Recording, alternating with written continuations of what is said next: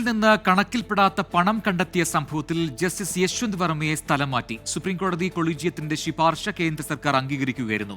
Indian ജുഡീഷ്യറിയുടെ ഇരുണ്ട ദിനമെന്ന് അലഹബാദ് ഹൈക്കോടതി bar association നിലപാട് വ്യക്തമാക്കി. യശ്വന്ത് വർമ്മയ്ക്ക് ജുഡീഷ്യൽ ചുമതലകൾ നൽകരുതെന്ന് അലഹബാദ് ഹൈക്കോടതിയോട് സുപ്രീംകോടതി നിർദ്ദേശിച്ചിട്ടുണ്ട്.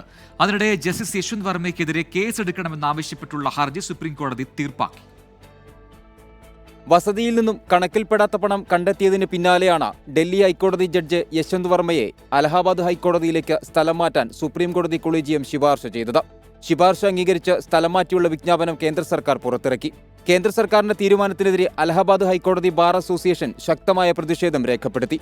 യശ്വന്ത് വർമ്മയുടെ സത്യപ്രതിജ്ഞ ചടങ്ങ് ബഹിഷ്കരിക്കുമെന്നും ബാർ അസോസിയേഷൻ പ്രഖ്യാപിച്ചു. യശ്വന്ത് വർമ്മയ്ക്ക് ജുഡീഷ്യൽ ചുമതലകൾ നൽകരുതെന്ന് അലഹാബാദ് ഹൈക്കോടതി ചീഫ് ജസ്റ്റിസിനോട് സുപ്രീംകോടതി നിർദ്ദേശിച്ചു. അതിനിടെ ജസ്റ്റിസ് യശ്വന്ത് വർമ്മയ്ക്കെതിരെ ക്രിമിനൽ കേസെടുക്കണമെന്നാവശ്യപ്പെട്ടുള്ള ഹർജി സുപ്രീംകോടതി തീർപ്പാക്കി. ആഭ്യന്തര അന്വേഷണ റിപ്പോർട്ടിന്റെ അടിസ്ഥാനത്തിൽ സുപ്രീംകോടതി ചീഫ് ജസ്റ്റിസ് തുടർ നടപടികൾ സ്വീകരിക്കുമെന്ന് ജസ്റ്റിസ് അഭയ സോക്ക അധ്യക്ഷനായ ബെഞ്ച് വ്യക്തമാക്കി. 24 ഡൽഹി.